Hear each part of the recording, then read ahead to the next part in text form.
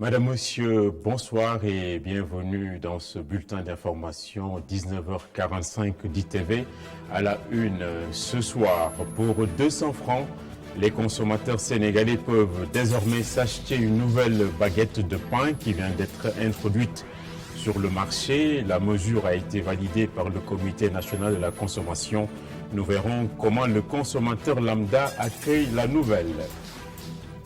À quelques encablures du Grand Magal de Touba, 18 Safar, les préparatifs vont bon train. Dans un contexte de fin proche de l'hivernage, les défis ne manquent pas. Au cours d'une réunion de travail, le ministre de l'Intérieur a donné des garanties. C'est de plus en plus récurrent, preuve du manque de contrôle routier. Les véhicules en circulation, surtout dans les transports publics, présentent plein de défauts. Les voitures sont dépourvues de tableaux de bord en bon état de marche, un état de fait qui met tout le monde en danger. Le développement de tous ces titres, c'est dans un très court instant.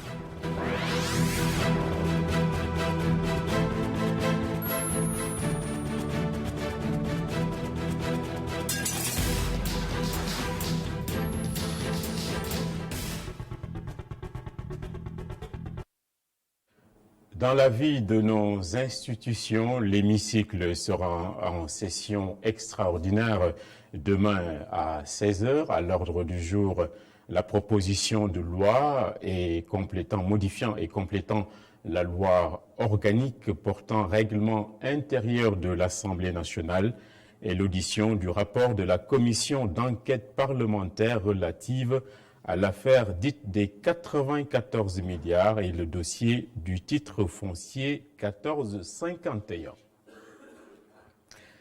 Les Sénégalais raffolent de pain, ils en consomment peut-être plus que de raison.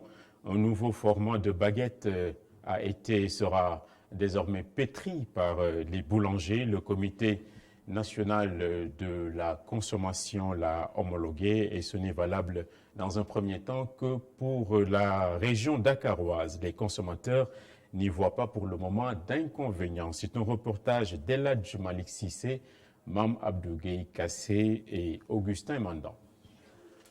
Le nouveau format de pain à Dakar interpelle les consommateurs. Une baguette de 230 grammes qui sera vendue à 200 francs CFA est bien appréciée par tous. Les acheteurs auront désormais le choix entre les formats qui existent déjà et le nouvel arrivant. Je trouve que cette décision a été très bonne dans la mesure où les miches de pain qui coûtent 200 francs, qui seront vendues dans les boulangeries, vont permettre au moins aux boulangers, à ceux qui vendent dans les boutiques, de respecter un peu les normes. Parce que vu que là, le sac de farine va coûter 17 000 au lieu de 18 000, il y a une baisse. Ce qui facilitera la fabrication du pain. Le nouveau format de pain de 230 grammes fera l'affaire des élèves, estime cette dame à pas de charge, mais aussi des parents. Cette décision est salutaire. J'apprécie l'avènement du nouveau format de pain de 230 grammes. Elle va mieux aider les familles au grand nombre, surtout les élèves qui passent la journée à l'école. Même les boutiquiers vont sûrement apprécier cette mesure. Dans la boulangerie Al-Nour de la rue 31, angle 2 bis, les travailleurs sont en pleine activité. Pas de temps à perdre, le responsable se réjouit de cette mesure prise par les autorités. Je suis tout à fait d'accord s'il s'agit d'une simple catégorisation, car dans ce cas de figure, le client a l'embarras du choix et cette décision va pousser les acheteurs à aller de plus en plus vers les boulangeries.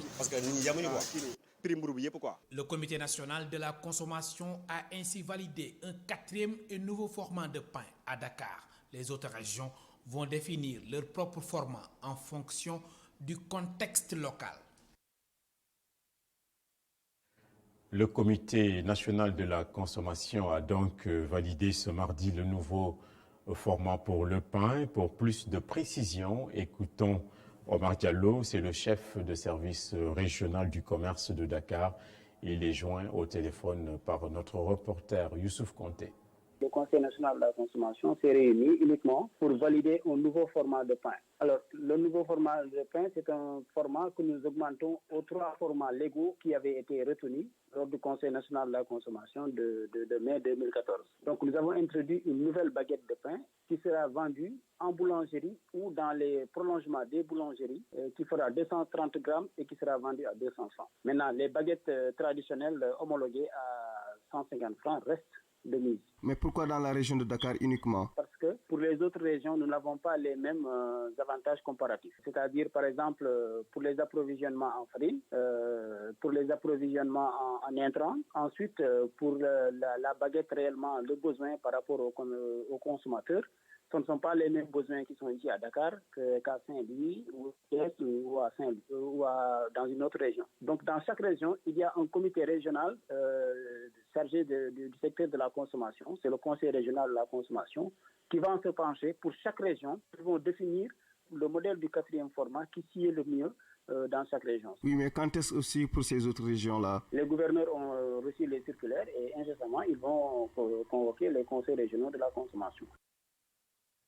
Peut-être du pain béni pour les Sénégalais. L'opérateur téléphonique français Free vient de donner son nom au 2e opérateur de téléphonie mobile, Tigo, qui a 25% de part de marché, a été racheté l'année dernière par la holding Saga Africa. La marque vient de célébrer d'ailleurs ses 20 ans. Free est la propriété de Xavier Niel, un homme d'affaires français fortuné.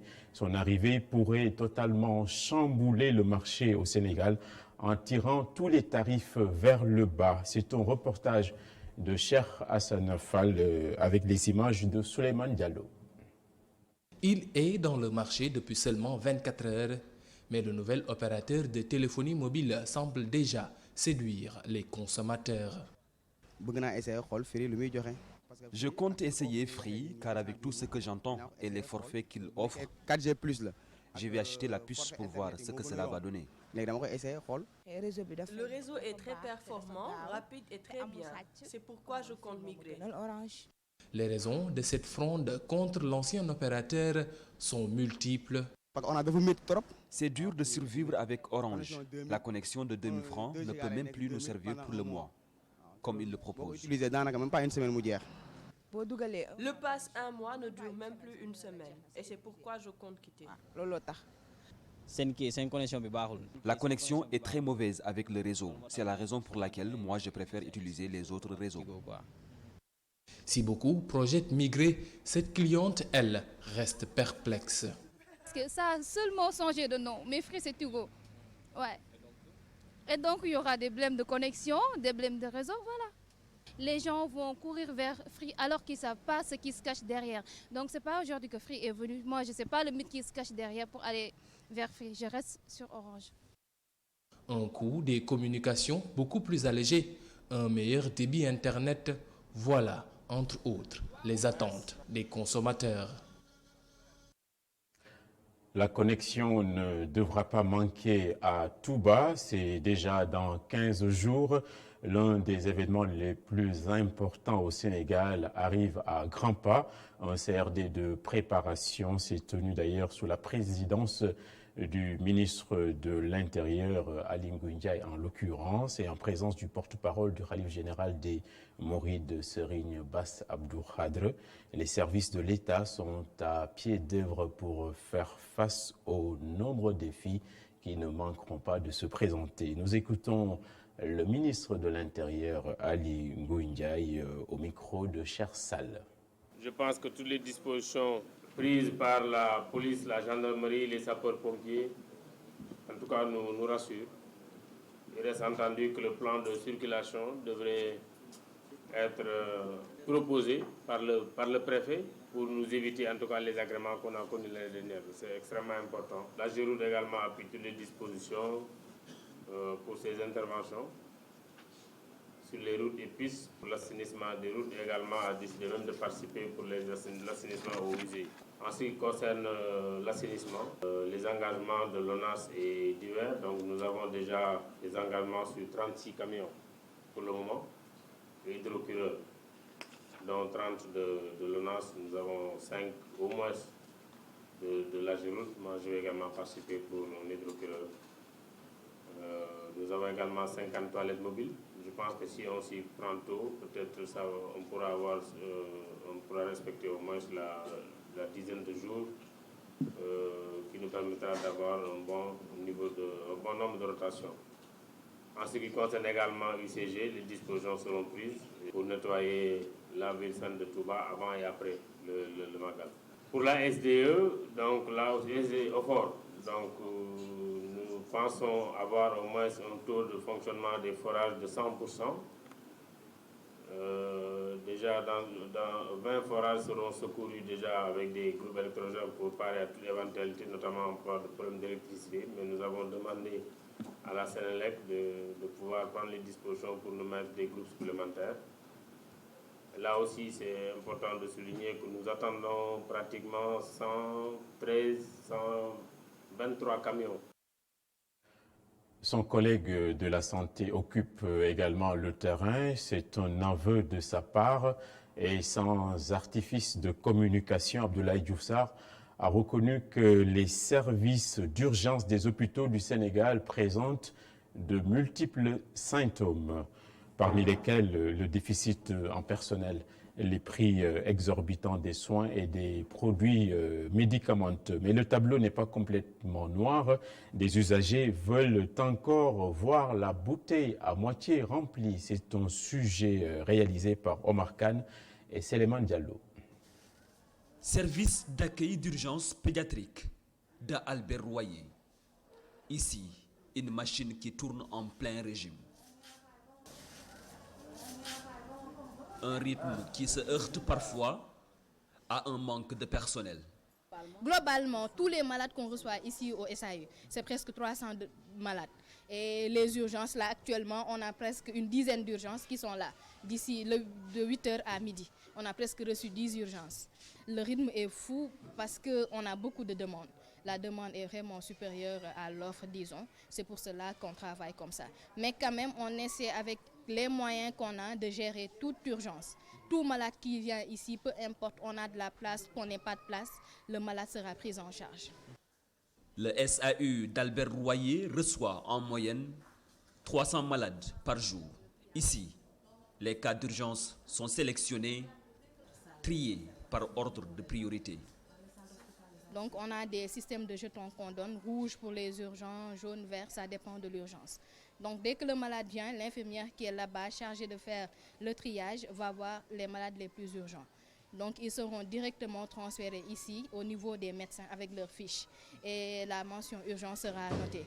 Donc dès que le malade vient, le médecin le voit, on a notre salle de déchocage et notre salle d'hospitalisation. La salle de déchocage, c'est pour les malades qui ne peuvent pas attendre. C'est les urgences absolues. Vraiment, ils sont pris en charge là-bas. Dès que le malade vient, on l'installe au niveau de notre salle de déchocage. Tout ce qui est soins, il y a un médecin qui est là-bas. Ce malade sera pris en charge rapidement. Si la plupart des accompagnants sont satisfaits, à l'unanimité, ils déplorent la cherté des soins et des médicaments. Vraiment,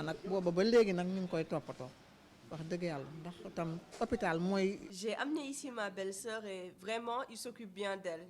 L'hôpital est propre et les soins sont de qualité. Bon, en termes de médicaments, j'ai dépassé les 300 000. J'ai dépassé les 300 000. Je ne peux pas te dire la somme exacte, mais je suis sûr que j'ai dépassé les 300 000 ci un jour. Un déficit en personnel qualifié et en matériel, un problème de coordination pour les malades d'une structure médicale à une autre, cherté des soins et des médicaments. Voilà entre autres les maux dont souffrent les services d'accueil d'urgence des hôpitaux du Sénégal.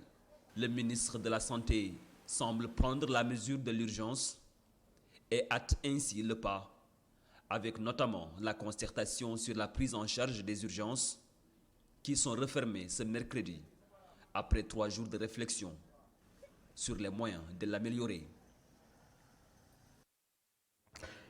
La sinistralité routière mobilise aussi les urgences. Les accidents de la route sont un phénomène face auquel aucune réponse viable n'a encore été trouvée. Beaucoup de véhicules sont défaillants sur le plan technique, particulièrement dans les transports publics, et il est de plus en plus fréquent de voyager à bord de voitures dont le tableau de bord présente beaucoup de défauts et des plus sévères, un comportement irresponsable qui met le conducteur en danger. L'intégrité physique des autres est aussi mise en péril. C'est un reportage sur le terrain de Youssouf Konté et d'Augustin Manda. Le tableau de bord, combiné d'instruments souvent affichés devant le conducteur, quelle est véritablement son utilité? Le tableau de bord sert à renseigner le conducteur sur le fonctionnement du véhicule. Les paramètres tels que la vitesse, la température extérieure pour ne citer que cela. Je peux en dire quelque sorte.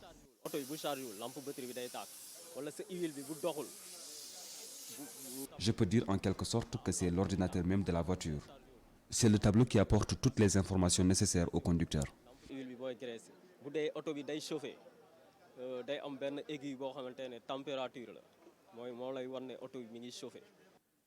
Le tableau de bord est une obligation pour tout conducteur, mais visiblement, certains chauffeurs, c'est le cadet de leurs soucis. Des chauffeurs comme les taximens et les chauffeurs de clando, eux, ils ne songent même pas à changer leur tableau de bord. Ce n'est pas leur préoccupation. Les conducteurs qui changent souvent sont des automobilistes particuliers. Les personnes à qui je vends sont des personnes qui viennent d'ailleurs. Ce chauffeur à la retraite indique que tout conducteur qui ne veille pas sur le bon fonctionnement de son tableau de bord est en danger permanent.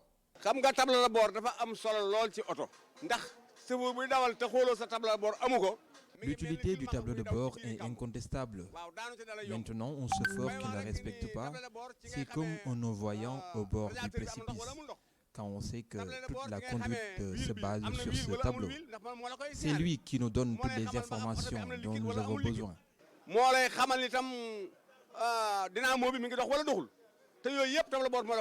Le vétéran délivre des conseils aux chauffeurs qui ne veillent pas au bon fonctionnement de cet outil qui permet de lire beaucoup d'informations.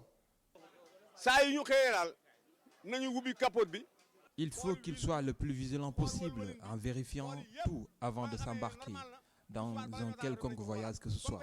De grâce qu'ils veillent à leur tableau de bord.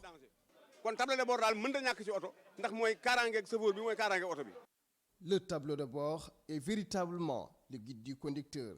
Tout chauffeur qui ne s'en préoccupe pas le fait à ses risques et périls. Et beaucoup pensent que ces personnes qui conduisent avec des tableaux de bord défaillants ne doivent pas disposer de visites techniques délivrées par l'autorité.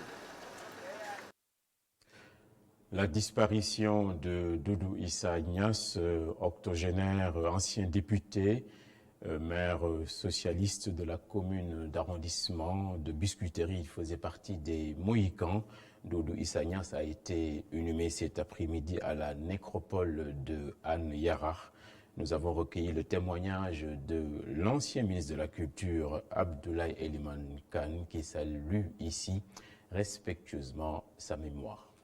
Il y avait beaucoup de tristesse de rappel à Dieu de Doudou Issa Ignace, qui était un aîné, un camarade du parti, dont nous connaissons l'engagement, dont nous connaissons la détermination pour faire avancer à la fois les conditions de vie et d'épanouissement des travailleurs en tant que syndicalistes, mais également pour la mise en œuvre de projets socialistes tout le temps qu'il a vécu, qu'il a adhéré au Parti socialiste. Je garderai surtout de lui le souvenir d'un homme courageux, puisque malgré la maladie, on voyait très bien qu'il souffrait quand il venait à certaines régions, mais il faisait l'effort nécessaire pour, à l'occasion de certaines grandes rencontres, être présent, apporter son avis et ses forces.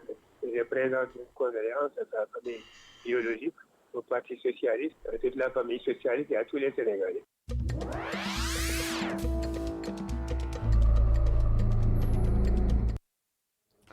L'actualité internationale ce soir nous mènera au Mali où 25 soldats ont été tués dans de nouvelles attaques. Nous irons aussi au Cameroun avant de boucler par le pays de l'oncle Sam. C'est un récit de Mam Abdougaï Kassé.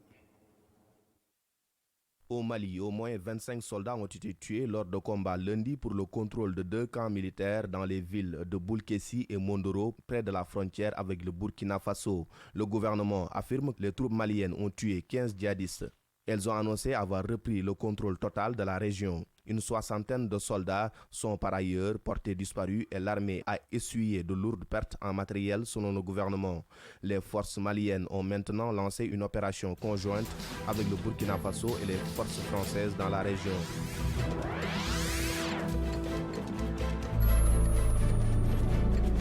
Au Cameroun, selon les informations de la BBC, plusieurs formations politiques ont quitté hier le dialogue politique qui s'est ouvert lundi. Elle évoque des divergences sur la méthode et le choix des thématiques affectées aux commissions.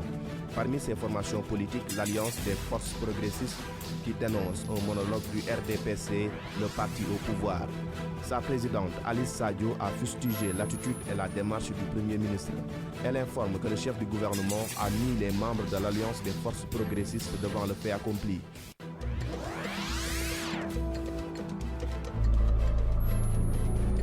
L'actualité internationale hors des frontières africaines. Aux États-Unis, stupeur dans le camp des démocrates. Bernie Sanders, candidat à l'investiture démocratique pour l'élection présidentielle de 2020, a été victime d'un malaise. Il a dû être opéré d'urgence pour une artère bouchée. Il a interrompu sa campagne.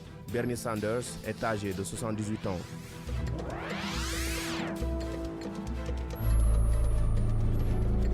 Nous restons toujours aux États-Unis, mais pour parler de l'affaire ukrainienne avec son lot de révélations.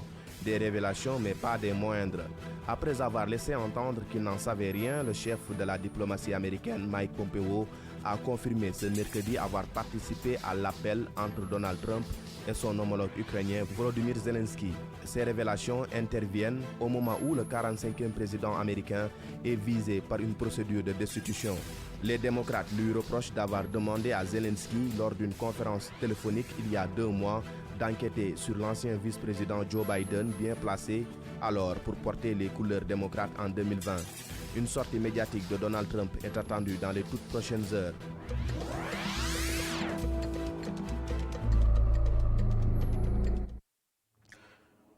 En sport, avant de prendre congé, les arènes sénégalaises dont on dit affectées par une grave crise pourraient vibrer la saison prochaine avec l'affiche Ama Baldé Tapha Tine.